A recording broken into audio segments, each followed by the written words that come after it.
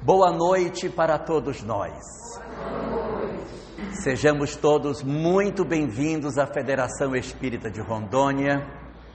E os que chegam à nossa casa pela primeira vez, particularmente, boa noite muito especial por estarem aqui hoje, em mais um momento de estudo e de aprendizado à luz da doutrina espírita. Hoje, particularmente, é um dia muito especial, porque é dia 3 de outubro. E o dia 3 de outubro tem algumas coisas muito importantes. Há 220 anos atrás, na data de hoje, iria nascer na cidade de Lyon, na França, o professor Hippolyte Léon Denisard Rivail, que iria depois usar um pseudônimo e iria ser conhecido pelo seu codinome, Allan Kardec. Sim, o nome dele não era, na verdade, Allan Kardec. Esse era um pseudônimo que ele utilizava nas obras espíritas, porque ele também produzia outras obras no campo da pedagogia, fez vários livros em outras áreas, então ele usava o pseudônimo Allan Kardec para os textos relacionados com a doutrina espírita, até porque o autor mesmo não era ele, as ideias não eram dele, ele era apenas um organizador das ideias. E usava o nome de Rivail quando ele tinha que publicar textos da área de ensino. E ele tem uma importância muito grande dentro do entendimento que hoje nós possuímos sobre doutrina espírita. Por que a importância dele? Porque ele vai ser o chamado codificador da doutrina espírita. O codificador. Aquele que organizou esses conteúdos. E também, no dia 3 de outubro, mas há 4 anos atrás, eu vivi uma experiência incrível de estar presente no retorno ao mundo espiritual de um grande amigo meu, Michael Esber.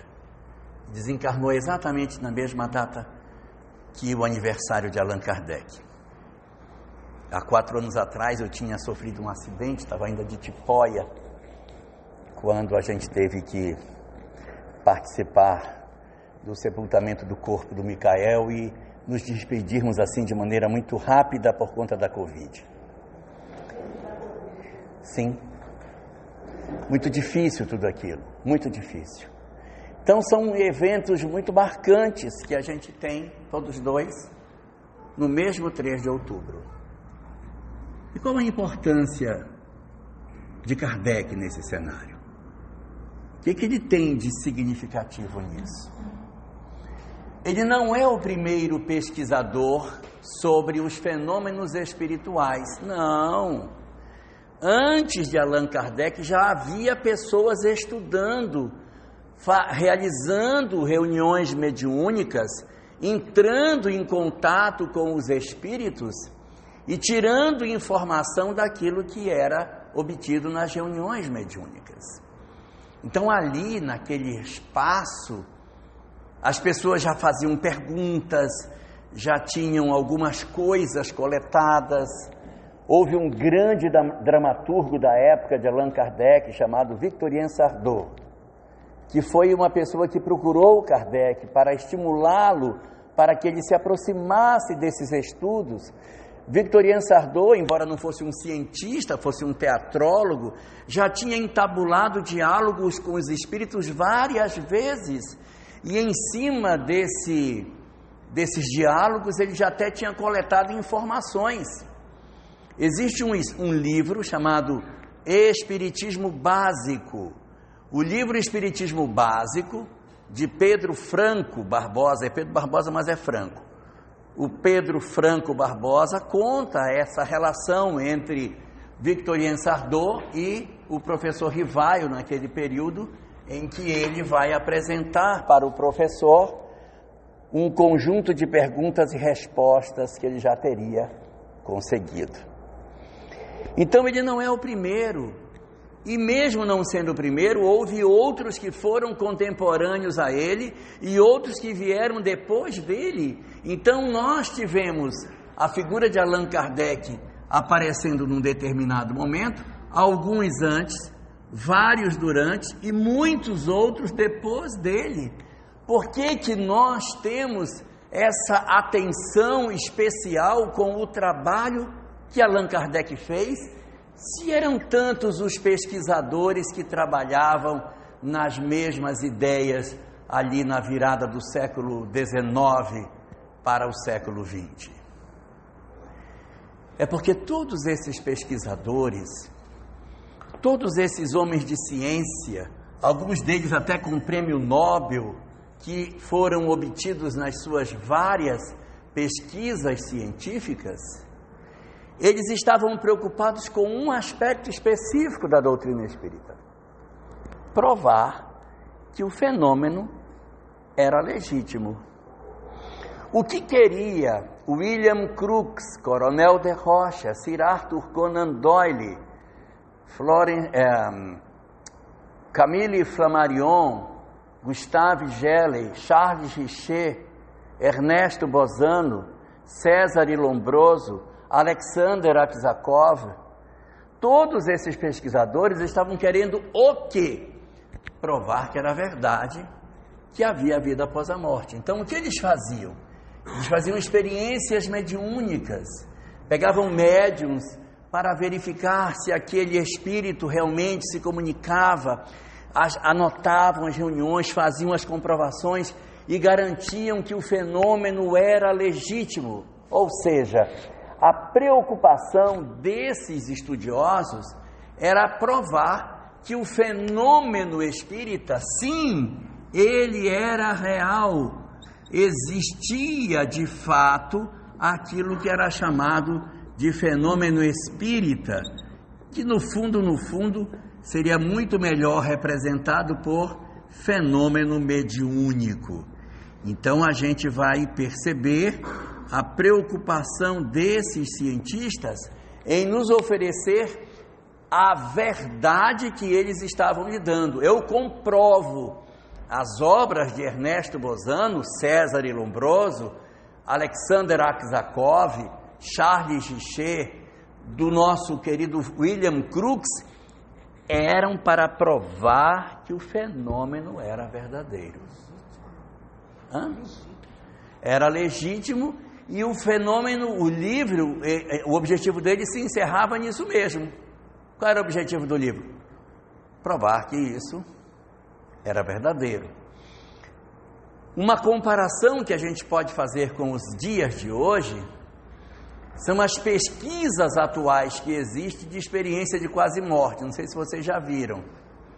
Existem obras e mais obras de cientistas ateus, europeus, nem sabem o que é espiritismo, nem sabem o que é doutrina espírita, nunca tiveram contato com a obra de Allan Kardec, mas investigam o fenômeno da chamada quase morte, na qual a pessoa passa por um momento em que ela tem um apagamento da memória, só apagou, morreu, aí ressuscita a pessoa, usa o desfibrilador, tenta ressuscitar, faz aquela coisa, a pessoa está em coma ali, e de repente a pessoa volta. E o que é incrível, quando ela volta, ela conta o que aconteceu quando ela estava desacordada. E ela não poderia lembrar daquilo que não teve registro cerebral. Como que a pessoa pode falar coisas se ela estava, entre aspas, morta? Fenômenos de o que alguém fez, o que alguém disse, quem entrou, quem saiu, qual é a roupa que a pessoa estava. Indivíduos na condição de experiência de quase morte narram isso de maneira muito interessante.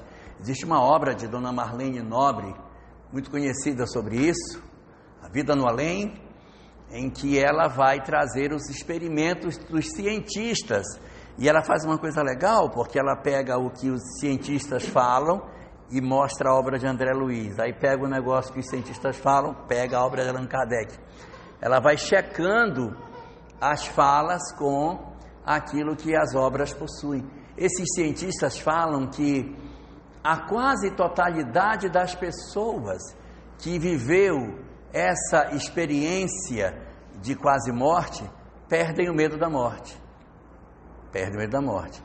A maior parte deles conta que encontrou amigos, encontrou parentes, que reviu pessoas, que se sentiu bem depois da morte, que não houve um processo traumático. E existe um grupo pequeno que diz que foi muito ruim. Foi muito ruim, mas é um grupo pequeno. A maior parte diz: foi legal. Foi legal, encontrei um pessoal, meus amigos vieram, vi meu pai, vi minha mãe. Então é bem interessante esse fenômeno. E essas obras hoje, eu estou falando hoje, de experiência de quase morte, só vão até aí. Elas só existem para comprovar, olha, o fenômeno existe. Está aqui o que o cara disse, o que o outro disse, e aí eles vão encaixando as histórias, vão dizendo, ele não poderia lembrar. Outro dia eu até contei uma história de experiência de quase morte, aqui mesmo na federação. Como eu estou ficando velho, a gente se repete, eu vou contar de novo. Vou contar de novo. A história está no livro, inclusive. O cara sofreu um acidente. E nesse acidente ele morreu no acidente. Ele morreu no acidente. Aí a ambulância do SAMU chegou. SAMU, eu estou dizendo, mas é lá na Inglaterra isso. A ambulância do SAMU chega, cata o corpo dele no asfalto, coloca para dentro da ambulância e tenta reanimar o cara. Não consegue reanimar o sujeito. Aquela agonia, aquela coisa, tem que entubar. Vamos entubar. Na hora que eles tentam passar o cano para entubar o sujeito, eles têm muita dificuldade de passar o cano. É cano que chama? O tubo. Passar o tubo para que a pessoa pudesse ser entubada. Ela não é encanada, né? Ela é entubada. O tubo. Uma dificuldade enorme, eles conseguem passar o tubo, e aí fazendo massagem e liga o oxigênio e tal, levaram o cara para o hospital, ele ressuscitou, e eles conseguiram que ele, depois de muito sacrifício, voltasse. Aí no hospital, ficou tudo bem, ele já estava melhor, e aí de repente no dia seguinte, o enfermeiro que estava na ambulância estava prestando socorro para o cara, ele já melhor, ele disse assim para o enfermeiro, eu preciso falar com você. Aí o enfermeiro disse, pois não, pode falar. Eu preciso que você me devolva a minha dentadura que você tirou. Aí ele disse, eu não tirei sua dentadura. Tirou. Quando eu entrei na ambulância desacordado, você queria passar o tubo e não conseguia, então você tirou a minha dentadura, abriu a segunda gaveta de um armário que tem dentro da ambulância e botou a minha dentadura lá dentro. Só que quando vocês me tiraram da ambulância, a minha dentadura ficou. E eu queria que você voltasse lá para pegar. E disse, eu fiz isso? Foi, está lá. Se eu vou lá buscar então. O senhor não pode lembrar disso. O senhor estava morto. Eu lhe ressuscitei. O senhor estava morto de tudo. Como que o senhor pode lembrar de uma coisa? Não pode, estava morto. Aí disse, vai lá para pegar para mim, por favor. Aí o cara vai lá na ambulância, puxa a segunda gaveta, rindo para ele a dentadura. Então são experiências como essa que você como que ele pode saber? Se ele estava morto, o cara estava tentando ressuscitar, não tinha atividade cerebral, não podia registrar isso. Então a conclusão do cientista é o seguinte: se o cérebro estava inativo e ele tem lembrança, a memória não fica no cérebro. Onde ela fica? Não sei. Mas ela não fica no cérebro, porque o cérebro não estava ativo para guardar essa informação. Então a ciência, ela ainda não chegou aonde ela poderá chegar, mas nesse momento ela já dá um passo gigantesco quando ela abre a perspectiva para estudo das experiências de quase morte. Oi? Tem um livro, Uma Prova do Céu, que é de um neurologista, neurocirurgião americano, que aconteceu um acidente, ele ficou em coma há muito tempo e é fantástico esse livro. Então a prova é para ele, depois ele... E é ateu. Tem uma série de casos. Outro dia peguei um na TV que não é aberta, TV paga, contava a história de uma mulher que ela vai fazer uma viagem de caiaque e na viagem o caiaque virou ao contrário, você viu, né? Ela fica afogada, né? E aí ela, entre aspas, morre. E o pessoal, eram outros médicos, ficam tentando reanimá-la, tenta, depois de muito tempo eles conseguem que ela volte. Durante o período que ela está desacordada, ou morta, como queira chamar, ela tem um encontro com uns seres que falam para ela uma série de coisas. E na história ela não diz o que os caras falaram para ela, diz assim: e eles me falaram muitas coisas que eu continuei guardando na memória, mesmo depois de ter ressuscitado. Ela diz: e eu toquei a minha vida como eu deveria tocar, sem esquecer aquilo que eu havia tido de informação deles. Quando meu filho estava com 18 anos, muitos anos depois, quando o filho dela faz 18 anos, ocorre um acidente de trânsito e o filho dela desencarna. Quando dão a notícia para ela, ela disse: eu sei. Eles disseram isso para mim quando eu tive a experiência de quase morte. Eu já sabia que ele ia falecer. Desde que ele nasceu, eu já me preparei para o fato de que ele iria voltar. E como eu sei que a vida continua, isso não me é tão doloroso o quanto seria se eu não tivesse a compreensão de que tudo prossegue. Legal, né? E eles não são... E ela era ateia, tá? Ela não... Boa noite. E ela é ateia, ela não tinha uma formação espírita, não tinha formação de nada. Então, esses experimentos, essa maneira de lidar com o fenômeno, é muito parecido com o que acontecia na época de Kardec, ou seja, os cientistas estavam preocupados em provar que o fenômeno existia. O grande diferencial de Allan Kardec, e isso acontece com duas pessoas, Allan Kardec e Leon Denis, mas Leon Denis vem depois de Kardec. Leon Denis é 42 anos mais jovem que Kardec, então ele vem bem depois, né? Mas Allan Kardec, que é quem lida com essa informação de maneira inicial, é o primeiro a perceber isso, ele não se fixa unicamente no fenômeno espírita. Ele vai, na verdade, fazer o seguinte raciocínio. O raciocínio de Kardec é: ora, se é verdade que são os espíritos que se comunicam pela mediunidade, se é verdade que não existe vida que existe vida após a morte, se é verdade que os que são felizes são os que fizeram o bem e os que estão infelizes são os que não fizeram o bem, se é verdade que quanto mais a gente faz o bem, mais feliz nós somos, se tudo isso é verdadeiro, então concluo: como devem viver os homens para que sejam felizes enquanto espírito? Ou seja, ele vai tirar a consequência moral do conhecimento, o que os outros não conseguiram fazer. Esse é o diferencial de Kardec. Se você perceber, a obra de Kardec não é um trabalho insistente de demonstrar que existe o mundo espiritual. Não, ele trata da seguinte maneira: outros se ocuparam disso. Quer ter certeza? Pega as outras obras, pega o Ernesto Bozano para ler, pega lá o Alexander Aksakov, vá ler os livros de William Crookes. Se você tem dúvida, se você quer ter certeza da imortalidade, vai procurar essas obras.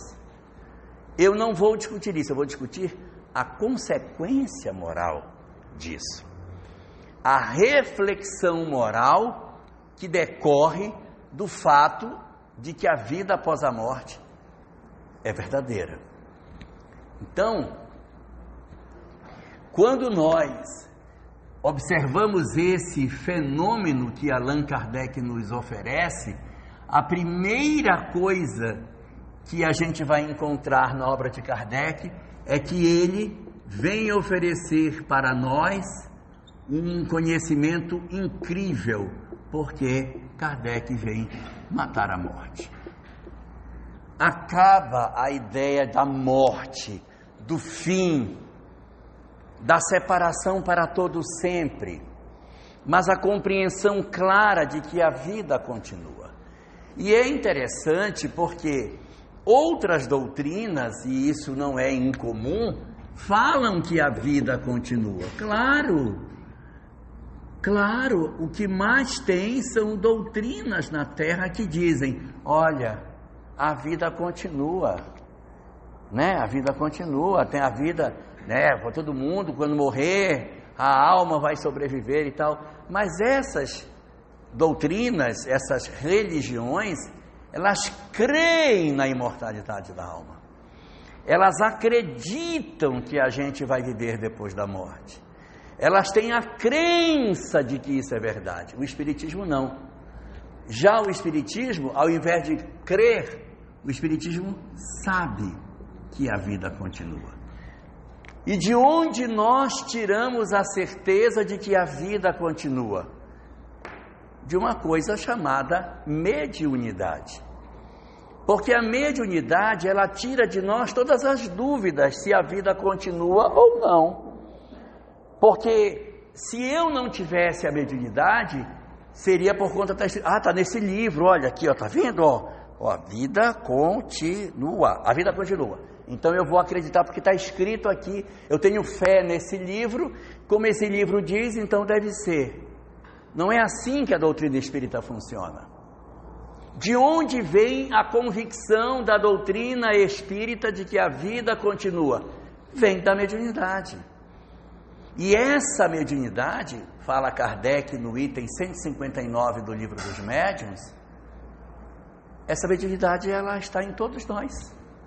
Uns têm mais, outros têm menos, mas todos nós temos de uma forma ou de outra esse tipo de percepção. Então, quando a gente, por algum motivo, perde um parente, experimenta o luto, atravessa momentos difíceis, nos quais a gente diz assim, nossa, está difícil demais organizar a minha vida sem a presença de fulano. A doutrina espírita, ela não acha que a gente deve fazer um chaveamento no coração e dizer, não, eu não sinto porque eu sou espírita. Não, sente saudade, chora, uai. Está sentindo falta? Chora. Dói? Sinta a dor. Façamos contato com a dor que a gente tem, porque isso é legítimo. Se um filho viaja, a gente sente saudade, por que eu não vou me angustiar se de repente um filho desencarna?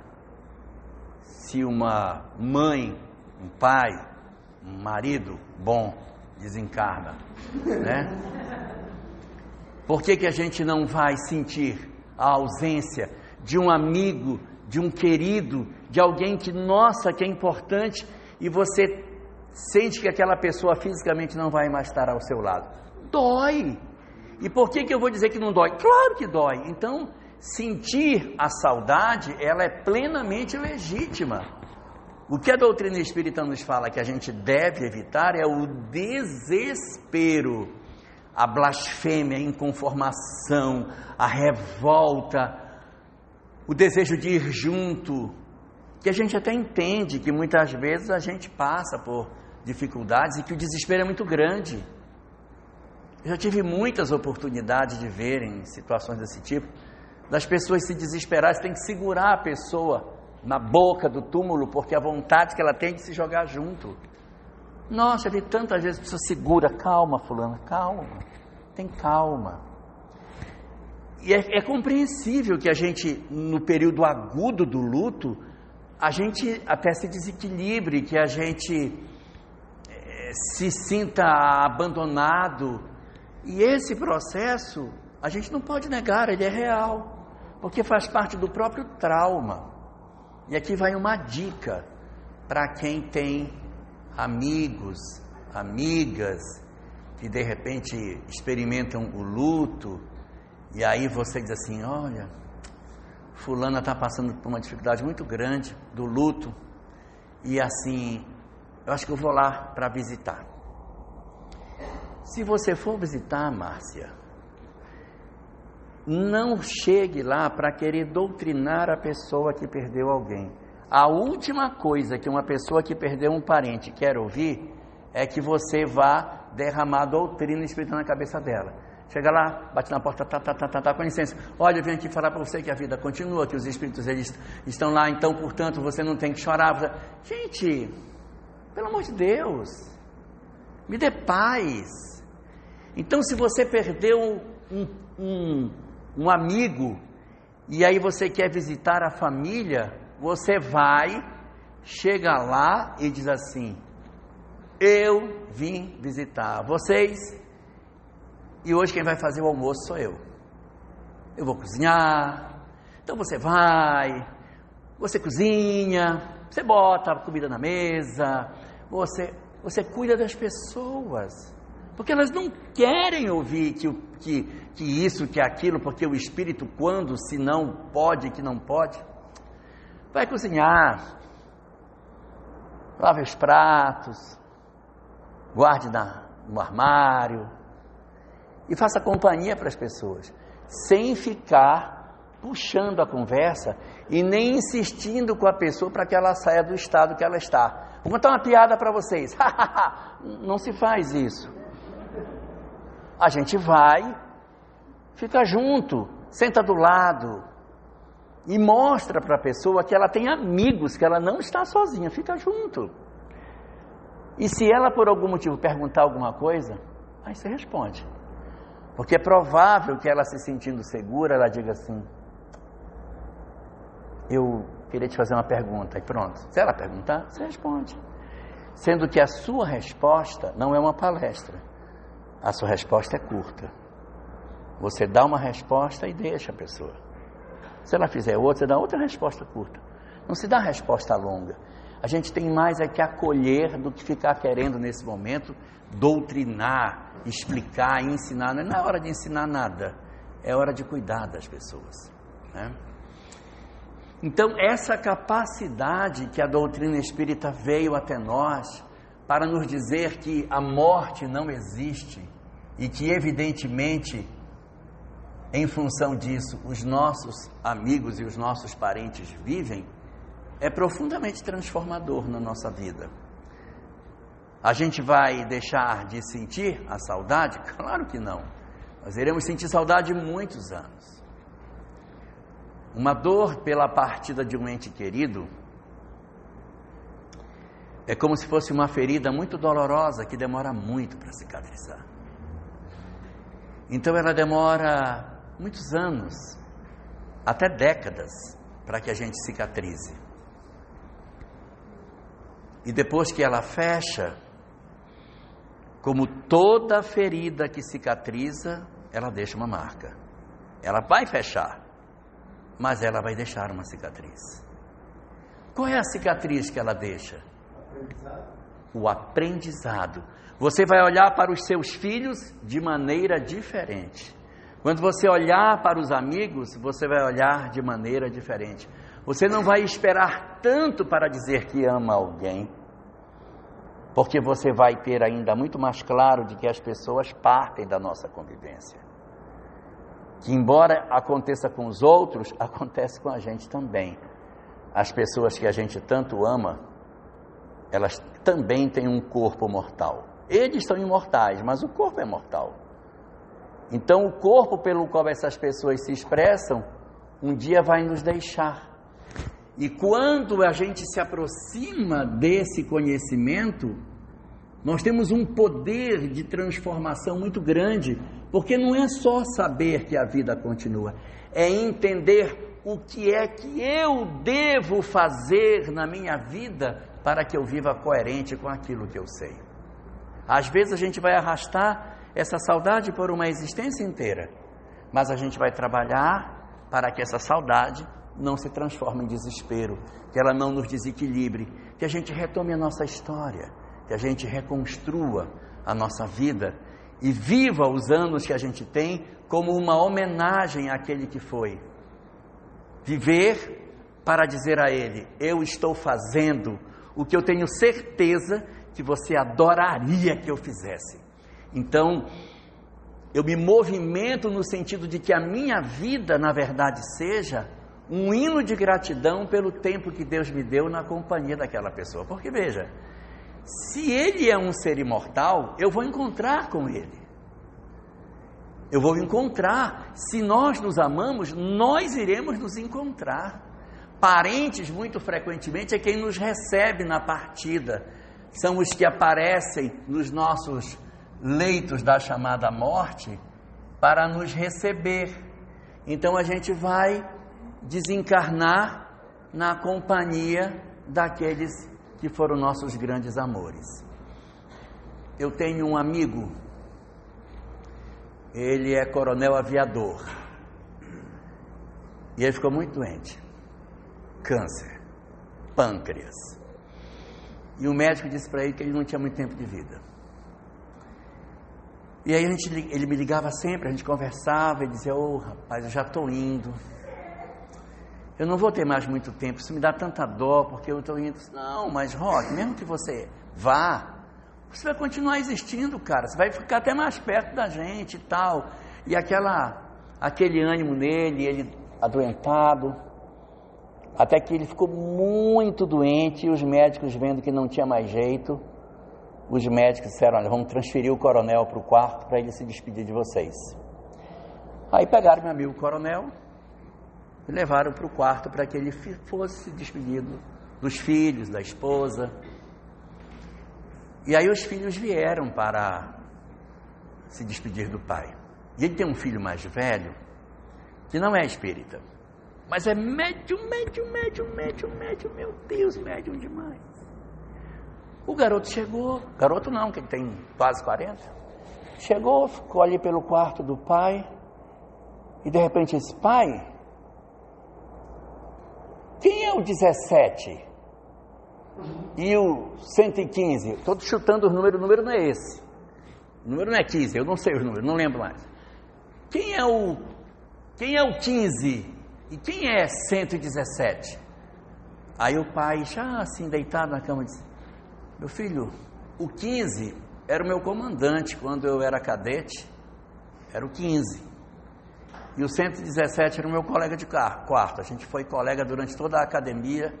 Ele foi meu grande parceiro durante todo o tempo. Por quê? Porque eles estão aqui no quarto. E estão pedindo para mim, para lhe dizer que eles estão aqui, porque eles é que vão preparar o seu retorno. Eles já estão aqui esperando. O filho não tinha a menor condição de saber o número de pessoas que exerceram a sua atividade com o pai na Força Aérea. E isso é incrível. Nós temos uma artista, que acho que todo mundo aqui conhece, os mais novos não devem conhecer, né? A esposa do Garrincha. Sim, Elza Soares. Lembram dela? Elza Soares. Desencarnou agora recentemente, não faz muito tempo. Quase na minha idade ela já estava.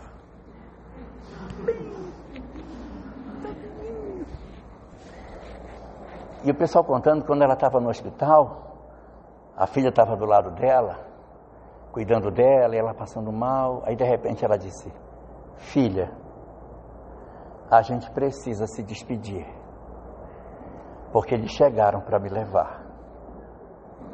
Lembra quando te passou na TV? Eles chegaram para me levar, eu vou com eles.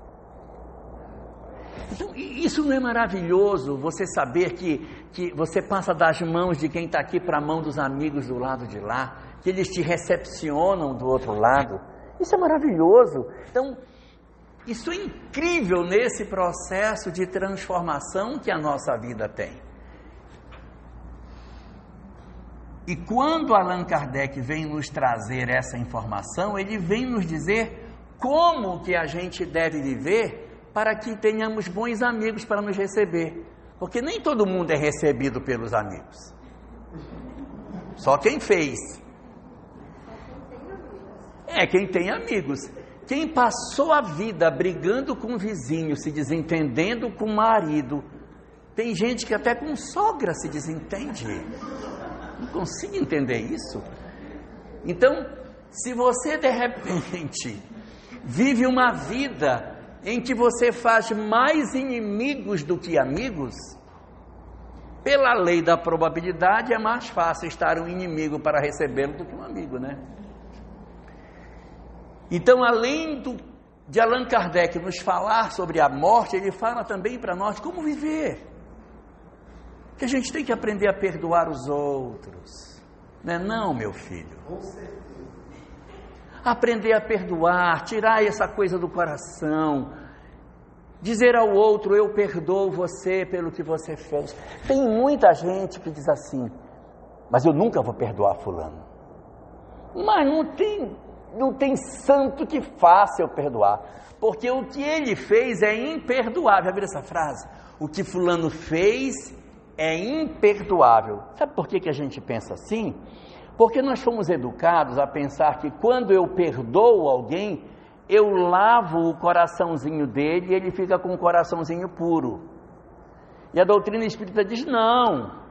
Quando eu perdoo alguém, eu não tiro do outro a responsabilidade pelo que ele fez. O que ele fez, ele fez. Então, para que eu perdoo? Para que eu me retire da necessidade de encontrar com ele. O mal vai com ele e ele vai encontrar sei lá quem para se resolver lá na frente. Mas eu me retiro do processo na medida em que eu realizo em mim esse mecanismo de perdão. Uma coisa que esclarece bem isso para a gente, Séries, é quando você vê a história de Jesus. Jesus foi traído por Judas, foi crucificado, os sacerdotes também criaram embaraço. Nossa, todo mundo, Pilatos, Herodes, um monte de gente envolvido na desencarnação de Jesus. Todos comprometidos com a lei de causa e efeito. Se eles fizeram mal a Jesus, então Jesus voltou como primo de um, irmão do outro, pai de um, cunhado de... O que aconteceu quando todos eles fizeram isso para Jesus? Jesus já encarnou irmão de Judas, filho de Pilatos, vizinho de Herodes, pai de Barrabás. Como é que ficou? Como é que isso se resolveu? Jesus não voltou com nenhum deles. Mas então eles ficaram sem culpa alguma? Não, cada um deles se resolveu, sei lá com quem, mas eles se resolveram. E Jesus não esteve nesse mecanismo porque ele disse, Pai, perdoa-lhes, porque eles não sabem o que fazem. Não é só porque disse, né? Porque também sentiu, porque se ele tivesse dito isso sem sentir não adiantava nada. Mas dizendo e sentindo, você se desembaraça. Então, eu oferecer perdão é a chance da gente conseguir descobrir o propósito da vida. Então, todas as experiências que a vida nos trouxe são para que a gente aprenda a viver para morrer bem. E é exatamente por todos esses conhecimentos que a doutrina espírita dá, que quando eu lembro do meu amigo Micael, qual é a conclusão que eu tenho? Que ele está muito bem. Porque ele tinha muitos amigos. Ele tinha pessoas incríveis ao lado dele. Tem uma história de fatos extraordinários feitos na vida dele. Você conheceu. Fatos incríveis. Então, quando chega na hora da desencarnação, assim como Kardec nos fala de maneira geral que a vida continua, a gente traz isso para o nosso campo pessoal. E aí eu digo, o meu filho continua vivo. O meu amigo continua vivo. Meu pai, minha mãe, meus amigos, os meus amados estão todos vivos. A mediunidade nos prova isso. E a doutrina espírita é, na verdade, o grande instrumento asserenador das nossas almas e que constrói em nós a certeza de que, se a vida continua, não podemos perder tempo com as coisas pequenas, porque isso tudo passa e só a imortalidade é que fica. Já tem historinha. Uma historinha? Dá tempo de contar uma história? Não. Vou contar uma história então.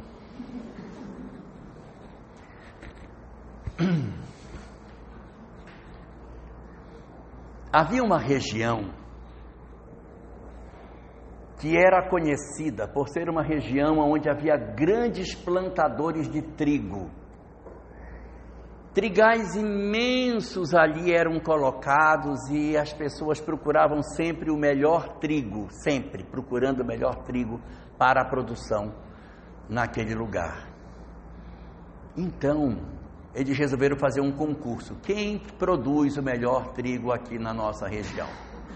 Nós vamos fazer o seguinte, a gente vai abrir um concurso, quem quiser participar traz um saco do seu trigo e a gente vai apreciar um saco de trigo de cada um dos participantes e vai dizer quem é o vencedor. E assim foi feito. Todo mundo trouxe um saco, avaliaram e escolheram um plantador de trigo para ser o vencedor do concurso. Foi uma festa, ele recebeu o prêmio, os outros ficaram super incomodados. Puxa, mas o trigo dele é bom, sou vizinho dele e o meu trigo não é bom, por que o trigo dele é bom e o meu não é bom? Aí, quando esse que ganhou percebeu que ele era o vencedor, ele disse, olha, aqui estão as minhas sementes selecionadas, quem quiser pegar das minhas sementes pode pegar e pode plantar. Nossa, o povo se enlouqueceu, se jogaram em cima do saco procurando para levar aquela semente maravilhosa para plantar, porque no ano seguinte eles iam vencer. Pois eles levaram, plantaram e no ano seguinte ele ganhou de novo. Isso mas não é possível. E além dele ganhar de novo, ele ainda fez a mesma coisa. Olha, quem quiser do meu trigo pode pegar. E o pessoal desesperado pegando o trigo e levando. E gente, isso aconteceu anos a fio. Todo ano ele continuava ganhando e continuava distribuindo o trigo dele. E no ano seguinte ele vencia novamente. Ele não aguentava mais. Gente, eu não aguento. Porque ele me dá o trigo, eu planto o trigo bem na fronteira do meu terreno com o dele é premiado e o meu não é. Por quê? E um dia, os plantadores de trigo vizinhos, não suportando mais, foram na casa dele e disseram, não aguentamos mais. Faz anos que você nos humilha, que a gente vai para o concurso, você vence e ainda entrega o seu trigo, a gente planta seu trigo e o trigo não fica igual ao seu. Não aguentamos mais. Qual é o segredo? Ele deu uma gargalhada e disse, mas o segredo é muito simples. E vocês, como plantadores de trigo, deveriam saber. O trigo não fecunda a si mesmo.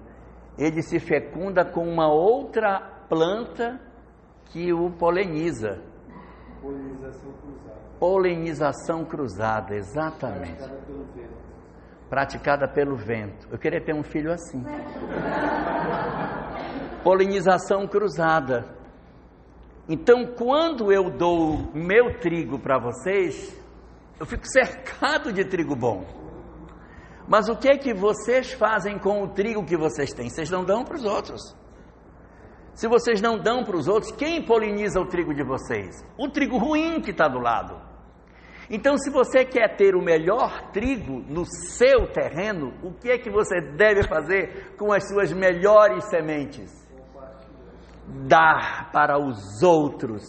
Porque quanto melhor for o trigo que você der para o outro, melhor será o trigo que vai nascer dentro do seu terreno.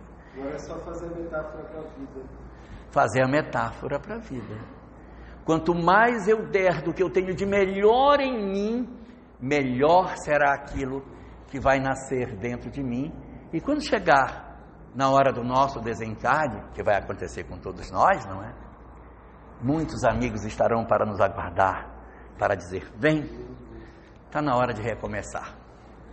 Ninguém vai ficar para semente de trigo. E ninguém vai ficar para semente de trigo, verdade.